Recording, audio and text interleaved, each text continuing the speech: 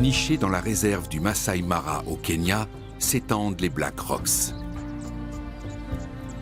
Au cœur de ce paysage rocheux, 3 lionnes élèvent leurs petits. Les lionceaux, 4 femelles et 5 mâles, sont âgés d'à peine 6 semaines.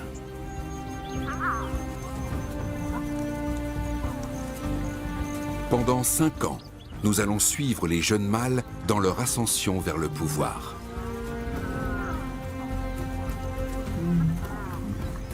Les perspectives sont favorables. À 5, les frères ont de bien meilleures chances de s'imposer face à leurs concurrents que seuls. Mais rien ne sera épargné aux fils du roi des animaux. Des années d'apprentissage difficiles les attendent. Les débuts sont jalonnés d'échecs et la mort est parfois évitée de justesse.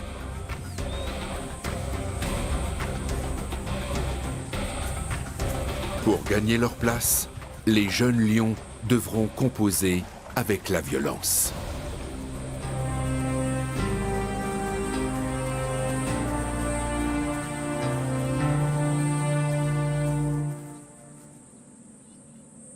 À l'âge de 2 ans, les lionceaux quittent leur pouponnière des Black Rocks.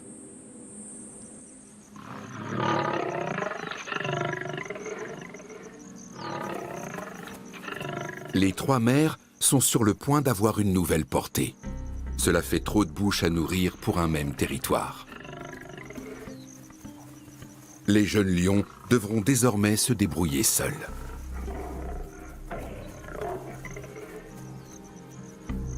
La nourriture est un fréquent sujet de dispute au sein de la fratrie. Les mâles sont déjà nettement plus forts que leurs sœurs et s'imposent souvent sans ménagement.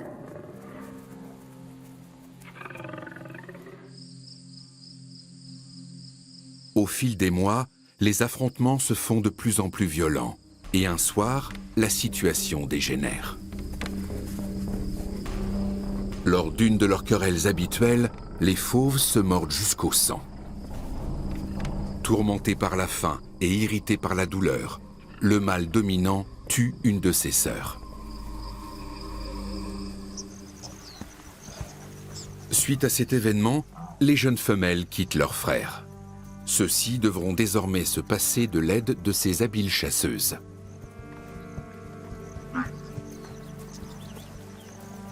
Ils sont toutefois loin d'être prêts à affronter les géants. La faim les pousse à toutes les audaces. Et les voilà qui essaient de voler leur repas aux vieux lions.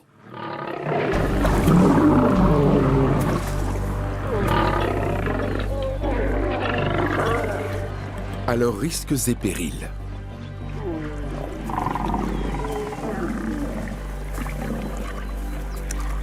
Au cours d'une de ces tentatives de chapardage, l'un des frères est gravement blessé et restera marqué à vie.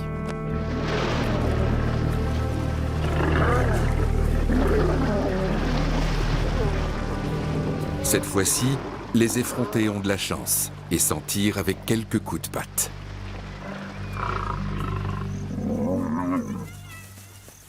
À cet âge, les lions se servent souvent sur les proies des hyènes.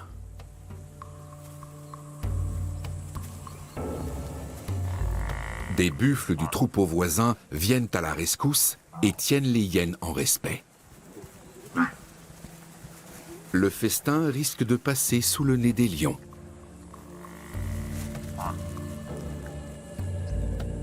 Mais les buffles ne restent pas longtemps auprès de la femelle blessée. Les lions reprennent courage. Maintenant, il ne s'agit plus de grappiller quelques miettes du butin des hyènes, mais de s'en emparer tout entier.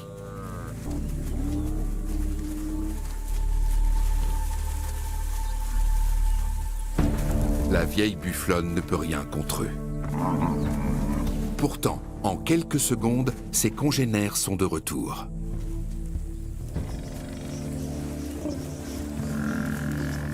Gare au coup de sabot.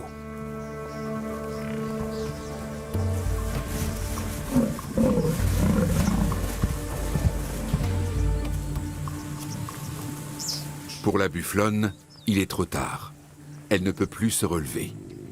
Après quelques minutes, le troupeau se retire. Et les jeunes prédateurs retentent leur chance.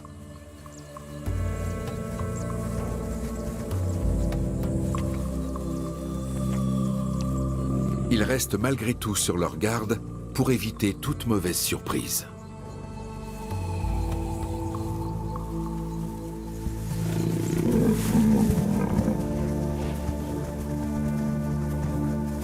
Leur sang-froid est récompensé par un copieux dîner.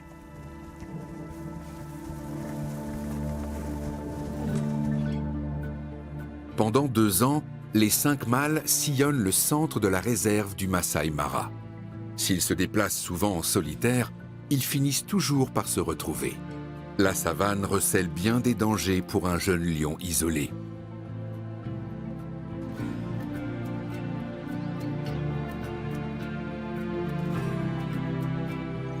Les frères ont à présent presque 4 ans et ont acquis une stature imposante.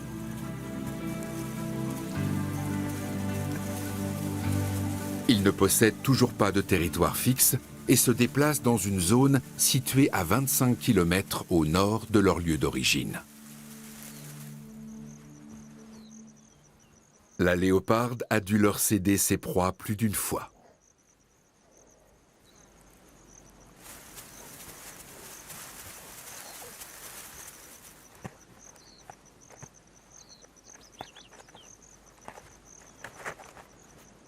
Au sein de la réserve, la petite équipe ne passe pas inaperçue. Les Maasai ont donné un surnom à chacun d'entre eux.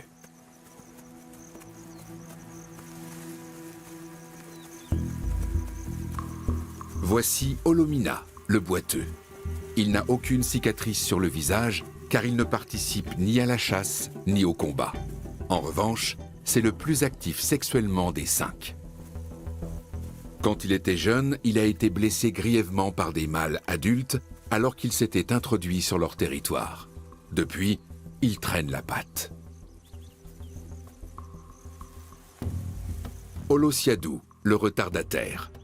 Prudent et réservé, il fait souvent bande à part et n'apprécie guère les affrontements violents. Lorkouloup, l'assistant. Il a constamment le nez qui coule. Un coup de sabot lui a brisé l'os nasal. Ses douleurs chroniques le poussent à agir avec prudence. Il porte un collier émetteur grâce auquel les biologistes suivent les déplacements des 5 frères. Orpadan, le chasseur. Toujours en tête et le premier arrivé sur la proie. Sûr de lui et flegmatique, c'est un combattant déterminé. À sa gauche, Holobor, le mâle dominant et le chef incontesté de la fratrie. C'est lui qui a tué leur sœur. Il se montre souvent agressif et brutal. À eux deux, ils président au destin du groupe.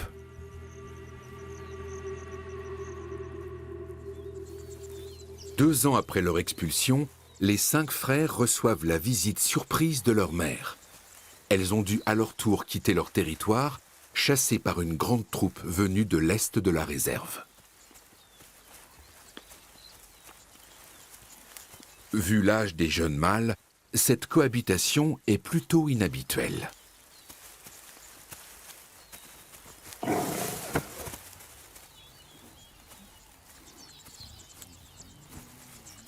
Les 3 mères sont accompagnées de leurs lionceaux, 3 mâles et 2 femelles. « 13 lions au total, cela commence à faire beaucoup.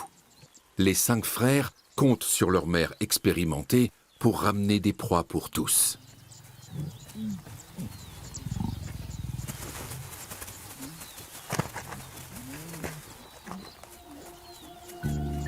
Les lionceaux sont encore très joueurs.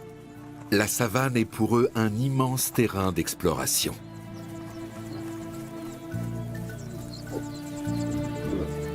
Cette curiosité sans limite présente quelques inconvénients. Avec eux, les proies sont vite prévenues et ont le temps de détaler.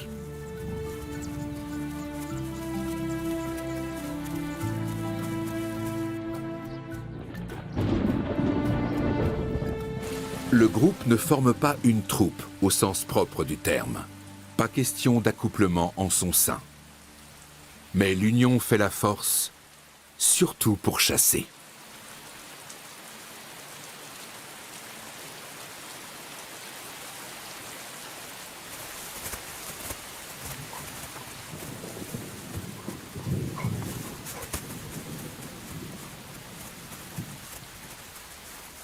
Il n'empêche que chez les jeunes adultes, l'instinct de reproduction est de plus en plus présent.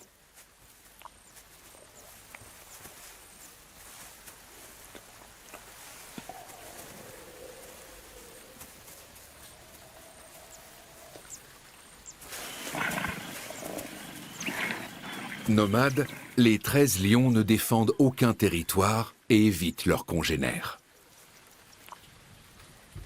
C'est le mois de mai, la saison des pluies. La végétation renaît. Mais les fauves affamés ne trouvent guère de proie à se mettre sous la dent. Soudain, ils aperçoivent un troupeau de buffles dans une vallée. Fortes de leur expérience, les mères se mettent en quête d'individus isolés. Et effectivement, un mâle s'est retiré dans les broussailles près de la rivière. La fratrie saute immédiatement sur l'occasion.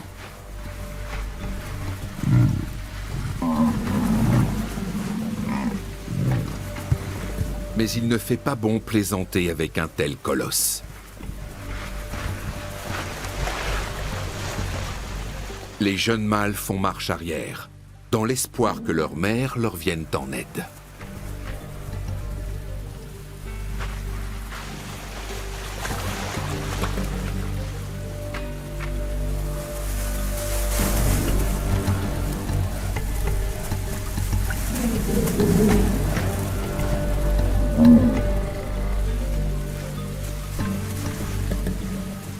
L'adversaire est de taille.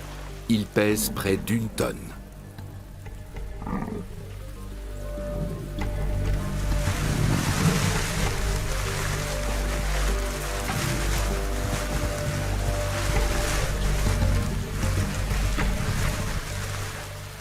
Même à 13 contre 1, les lions ne parviennent pas à le mettre en difficulté.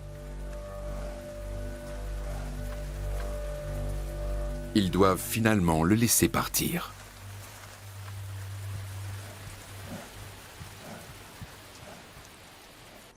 Pendant plusieurs semaines, le groupe erre sans but, à la recherche d'une proie facile. La rivière Rangai forme une barrière qu'ils n'osent pas franchir. Comme souvent, les caractéristiques géographiques définissent les limites du territoire.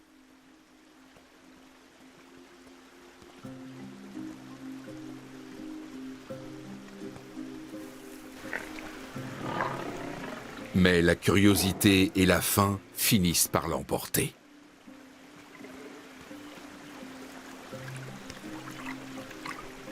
Pour les félins qui craignent l'eau, traverser la rivière reste une épreuve. D'autant qu'elle est d'une profondeur inattendue.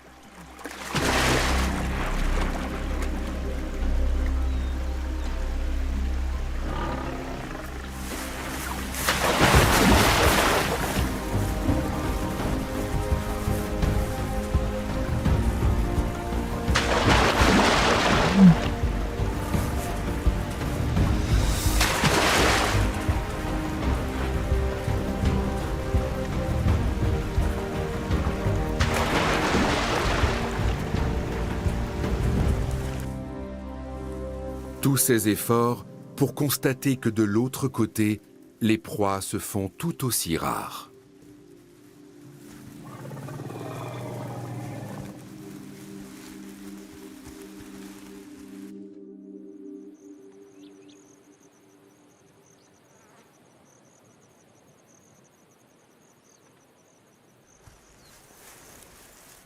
Un matin, ils croisent un hippopotame isolé qui n'a pas eu le temps de se mettre à l'abri dans une mare.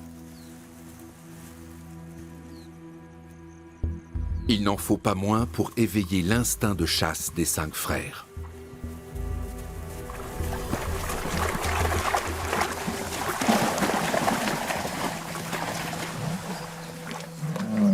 Cette proie n'a, semble-t-il, aucune chance de leur échapper.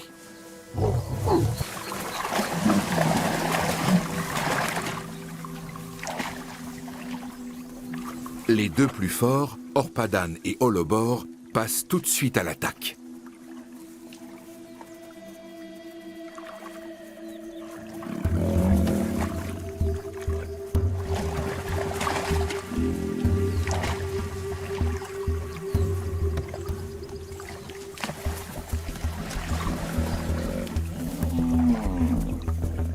Les plus jeunes sont curieux.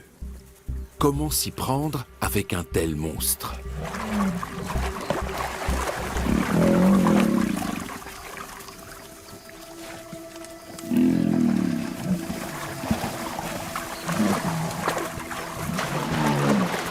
L'hippopotame irrité sait se défendre.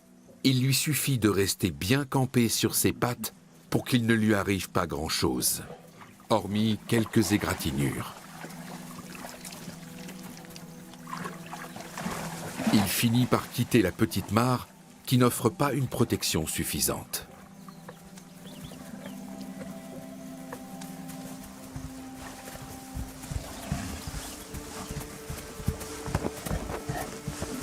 Il court se mettre à l'abri dans des buissons, les lions à ses trousses.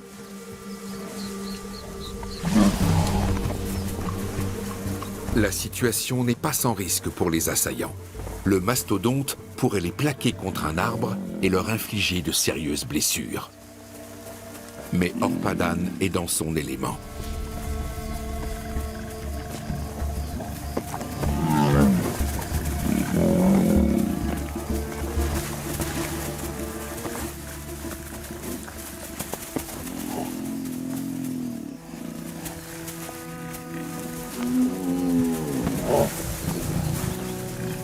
Il parvient à renverser l'hippopotame, pourtant 6 fois plus lourd que lui. Mais celui-ci se montre étonnamment agile et se remet immédiatement debout.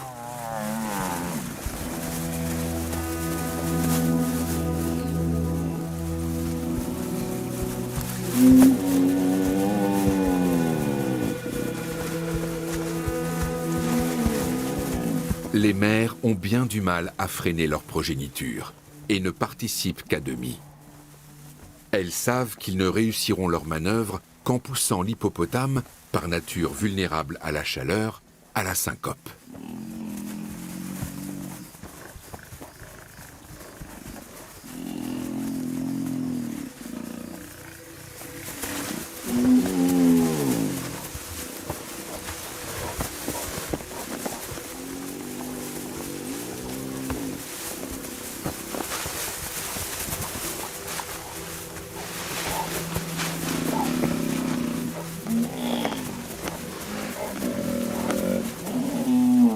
Plus tard, la bataille est loin d'être gagnée. L'hippopotame émet de la vapeur. Dépourvu de glandes permettant la transpiration, il élimine ainsi la chaleur corporelle engendrée par l'effort musculaire.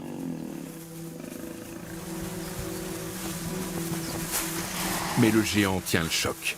Il passe de mare en mare et parvient à se rafraîchir, évitant le coup de chaud fatal.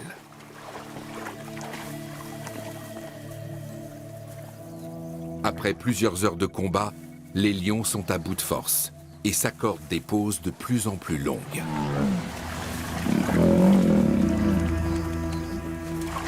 Ils parviennent malgré tout à se relayer et à maintenir la pression. Reste à voir qui craquera en premier.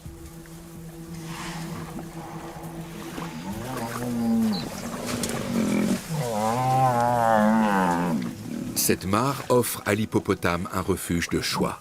Dans ce fourré épineux, les félins ont intérêt à faire preuve de prudence. Même les jeunes femelles, d'habitude infatigables, sont au bord de l'épuisement.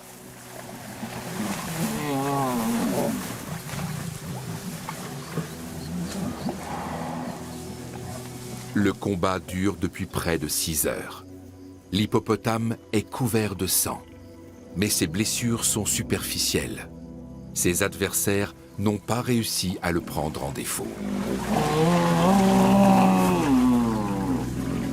Les hippopotames en bonne santé sont des proies coriaces. Celui-ci n'échappe pas à la règle. Même en période de famine, les félins parviennent rarement à triompher d'adversaires d'un tel gabarit. Pour la troupe éreintée, il ne reste qu'une source de nourriture vers laquelle se tourner en cette saison. Les buffles. 3 troupeaux pâturent dans les hautes herbes le long des rives de la rivière Rongai. Comme tous les ruminants, les buffles peuvent digérer les végétaux ligneux, un avantage qui leur permet d'exploiter efficacement les ressources de la savane. Un groupe peut compter jusqu'à 800 individus, soit des centaines de tonnes de viande. Mais les buffles sont plus difficiles à chasser que les autres animaux grégaires. Leur secret réside dans leur structure sociale. Les troupeaux se composent de femelles apparentées accompagnées de mâles venus d'ailleurs.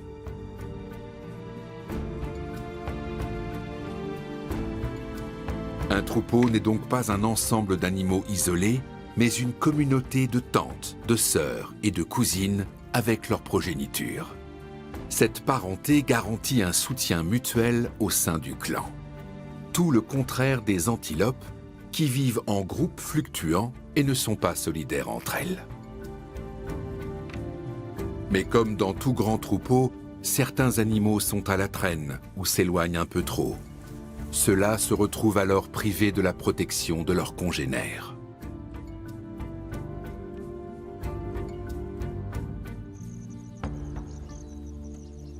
C'est ainsi que les lions ont repéré une femelle isolée. Dans les hautes herbes, ils encerclent la vieille bufflonne qui s'aperçoit trop tard du danger. Déterminées, les mères passent à l'attaque. À plusieurs, elles peuvent désorienter le bovidé et éviter ses redoutables cornes.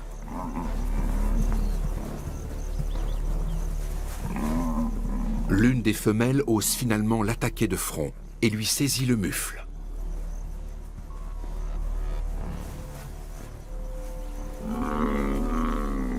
Les 5 frères se tiennent à l'écart et laissent à leur mère le soin de mener à bien cette mission périlleuse.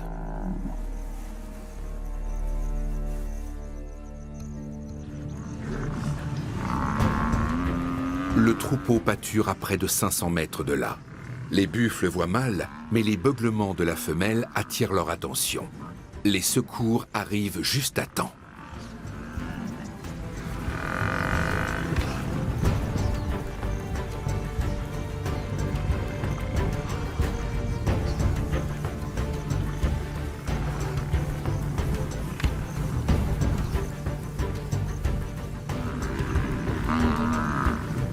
On ne plaisante pas avec des buffles en colère.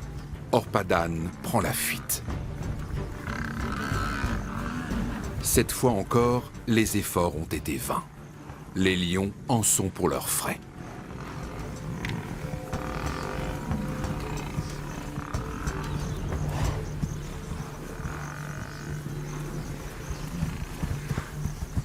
Les fauves suivent le troupeau à la trace, dans l'espoir d'une autre opportunité. L'échauffourée a eu au moins du bon pour la sentinelle à gorge jaune. L'herbe piétinée offre un matériau de nidification de premier choix. Les 3 mères ont recours à la seule méthode sensée. Talonner le troupeau jour après jour en tentant de repérer les individus jeunes, vieux, blessés ou malades, ou les retardataires.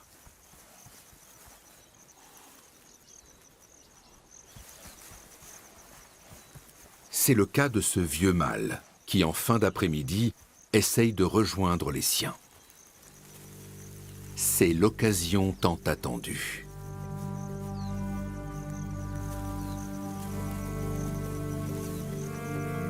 Les sens du vieux buffle ne sont plus aussi aiguisés qu'autrefois. Les fauves lui barrent la route sans peine.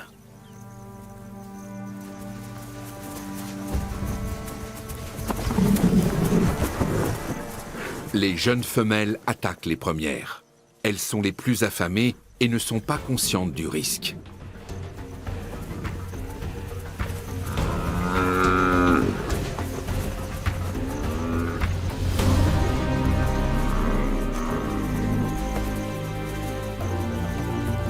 Comme à leur habitude, Holobor et Orpadan sont partis explorer les environs.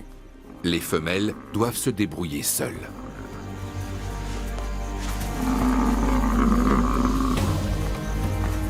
Ce n'est qu'avec un temps de retard que l'Orcouloup et les deux autres frères daignent les seconder.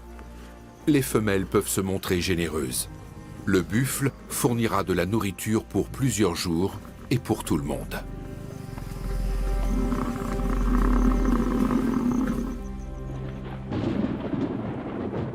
En mai, les pluies sont presque quotidiennes.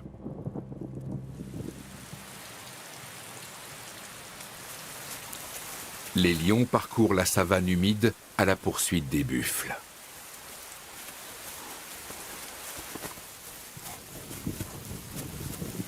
Mais voilà que pendant la nuit, le troupeau les a devancés de quelques kilomètres. Et la pluie a effacé leurs traces. Une quête de plusieurs heures commence.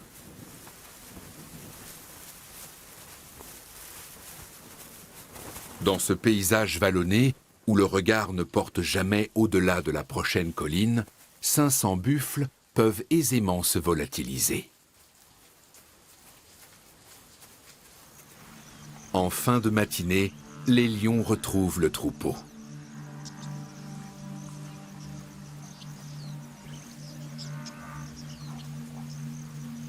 Ils prennent maintenant leur temps et observent le groupe, à la recherche de bufflons qui naissent surtout pendant la saison des pluies.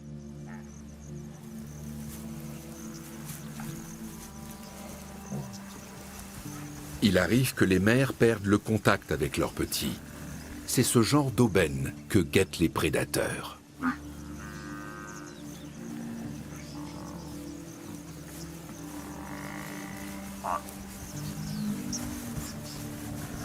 Attaquer un bufflon au sein d'un troupeau entier est impossible, même pour 13 lions. Mais un petit groupe est resté en arrière avec un nouveau-né.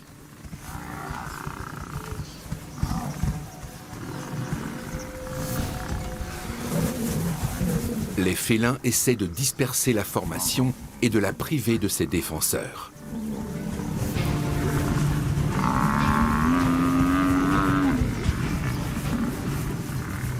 La tactique fonctionne. Holobor, le plus fort des frères, parvient à s'emparer du bufflon. Mais les défenseurs sont vite sur place et il doit lâcher prise.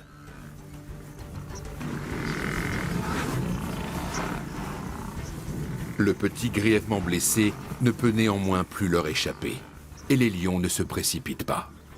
Grâce au renfort, ils mettent les buffles en déroute.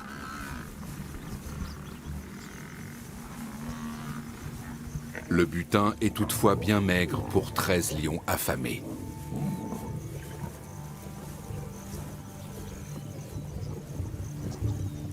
Holobor réagit avec sa brutalité coutumière.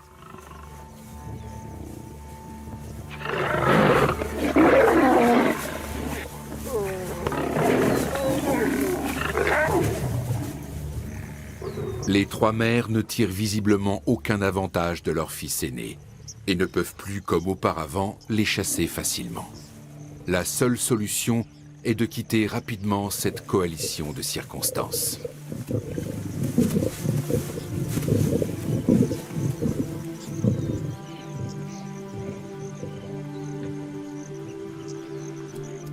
En juin, la saison des pluies est terminée. Les mères sont parties.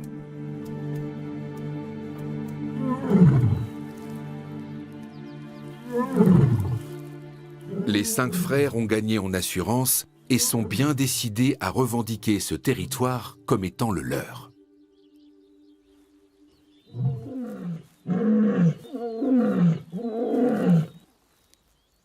Les benjamins, issus de la dernière portée, sont en voie d'émancipation et évitent autant que possible leurs frères aînés, volontiers agressifs. Les 5 n'ont pas encore croisé la route des anciens. Ceux-ci, en revanche, ont depuis un bon moment remarqué la présence de la génération montante.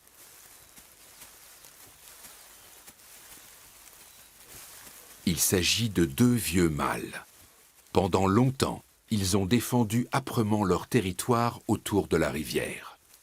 Le moment est venu pour eux de tirer leur révérence.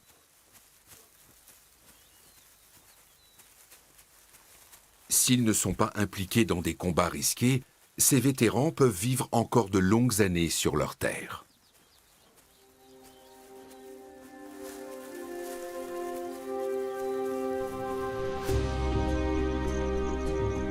Désormais, ce sont 3 lionnes, accompagnées de leur descendance presque adulte, qui règnent sur ce territoire et le défendent contre les autres femelles. Les mâles, eux, ne sont que de passage. Les frères parviennent à convaincre les maîtresses des lieux de leur qualité.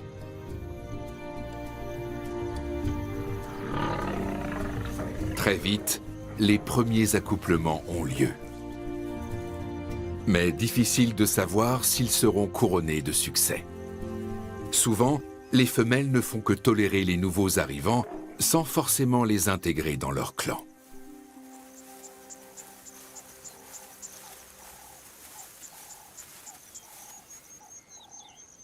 Ce sont néanmoins les premiers pas vers la conquête d'un territoire.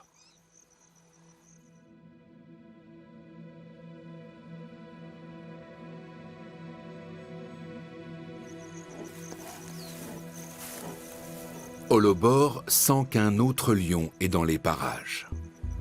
Les femelles ont 3 filles et un fils.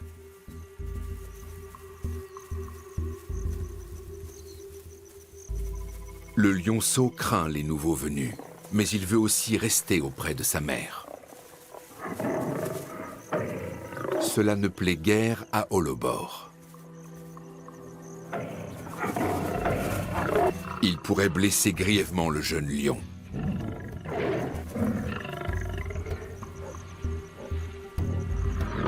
La présence de la mère l'en empêchera peut-être.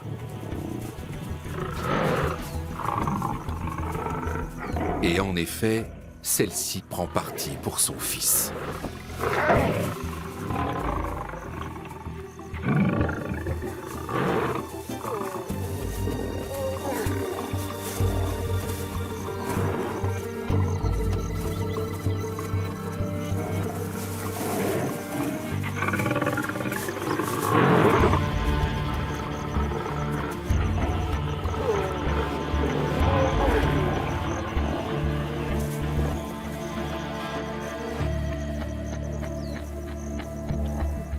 De vieux lions n'auraient pas hésité à attaquer le jeune mâle.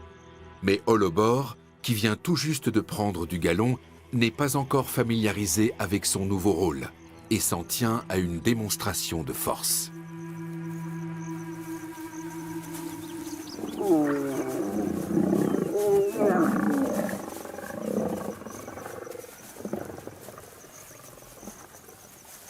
Autour de la rivière Rongai, les prochains jours s'annoncent mouvementés. Les nouveaux arrivés ne jouent cependant qu'un rôle secondaire. Le territoire reste sous la coupe des 3 femelles, qui sont bien résolues à le défendre, y compris contre les mères revenues dans le sillage de leur fils aîné. Mais face aux attaques incessantes des propriétaires des lieux, celles-ci ne parviennent pas à s'imposer et finissent par quitter définitivement le territoire autour de la rivière Rongai. Les retrouvailles avec leur fils auront été de courte durée.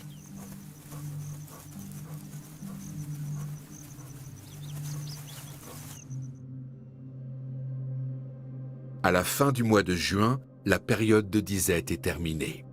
Les premiers grands troupeaux de zèbres arrivent depuis la partie tanzanienne du Serengeti, en quête d'herbes hautes.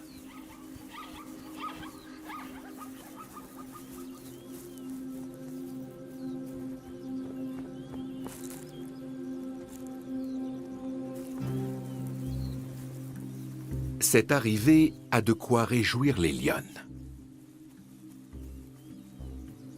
Enfin une alternative aux dangereux buffles.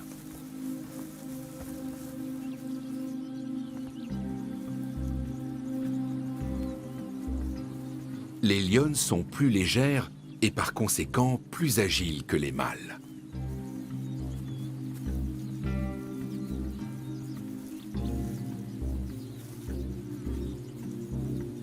Ce n'est donc pas seulement par paresse que les lions délèguent le travail aux femelles.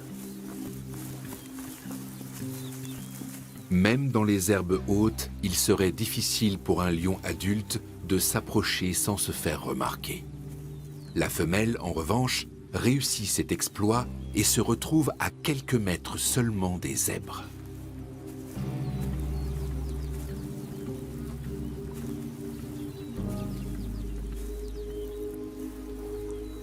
« 10 mètres, une distance idéale pour une attaque surprise.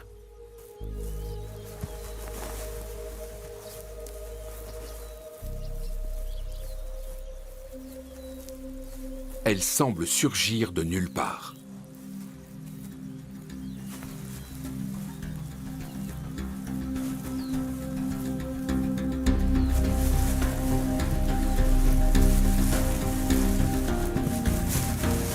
Les femelles prennent en charge le travail, mais aussi les risques.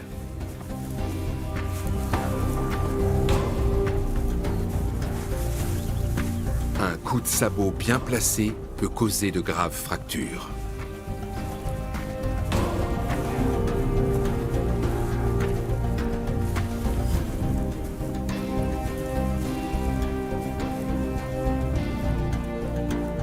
Malgré la douleur,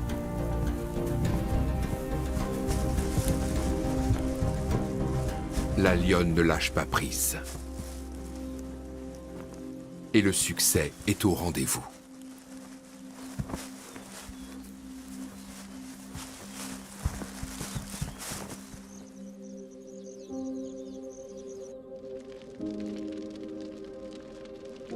En juin, les rangers allument parfois des feux de brousse, censés favoriser la croissance de la végétation.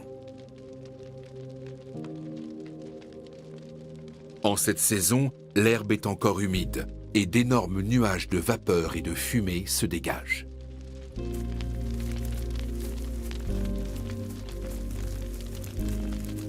Utilisée de manière responsable, la technique du brûlis n'endommage pas la terre et améliore la qualité des pâturages.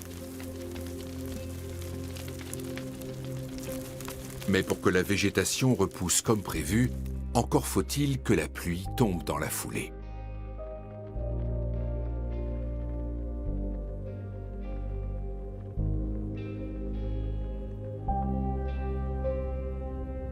Lorsque tout se passe bien, les premières pousses ne tardent pas à percer entre les buissons d'ébéniers calcinés. Le paysage ressemble alors à une mosaïque de surfaces verdoyantes et de tapis d'herbes jaunies, où les flammes ne sont pas allées. Souvent, comme ici, elles ont été arrêtées par un cours d'eau.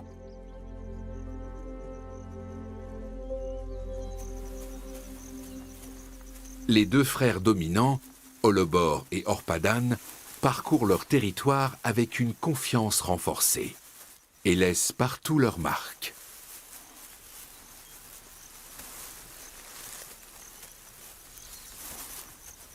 Ils règnent désormais sur près de 100 km². Le petit territoire des lionnes, au bord de la rivière Rangai, et la vaste zone d'herbe haute, plus au sud. Si les proies s'y font rares pendant plusieurs mois, ces terres deviennent à la saison des pluies un vrai pays de cocagne grâce à la migration des buffles.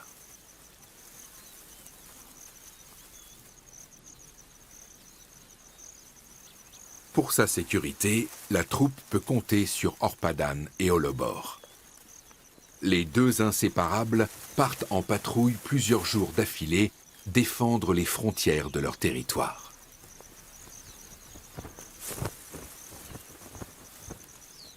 Holobor a beau toujours porter la crinière blond clair d'un lionceau, avec Orpadan, il prend les décisions stratégiques pour le groupe.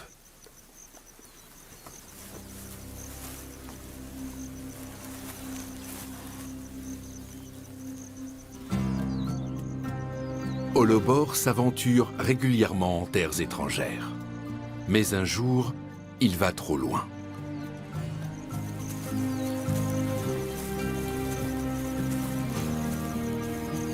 Il franchit les limites du territoire voisin. Pour les mâles dominants de cette troupe, ce n'est ni plus ni moins qu'une provocation. Holobor comprend trop tard son imprudence.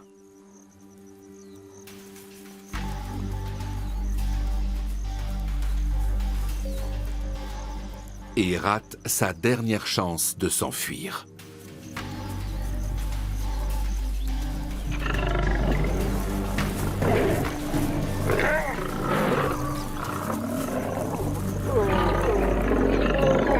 Ce faux pas pourrait lui être fatal.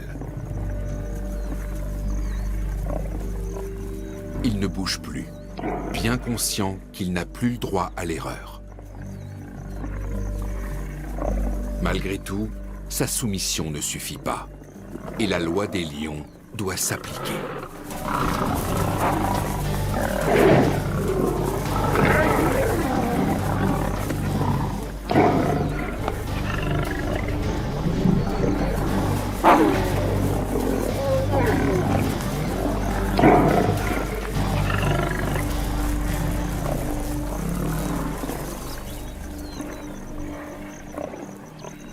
Holobor est grièvement blessé.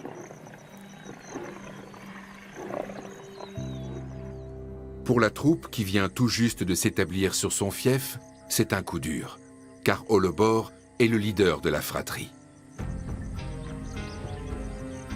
Cependant, la vie continue. Les premières naissances marquent un tournant important pour les frères.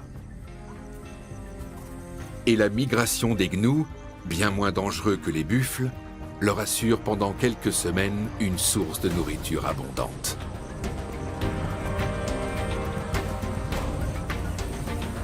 Mais lorsque les troupeaux auront quitté leur territoire, les frères lions devront affronter l'épreuve de vérité et leurs adversaires les plus coriaces.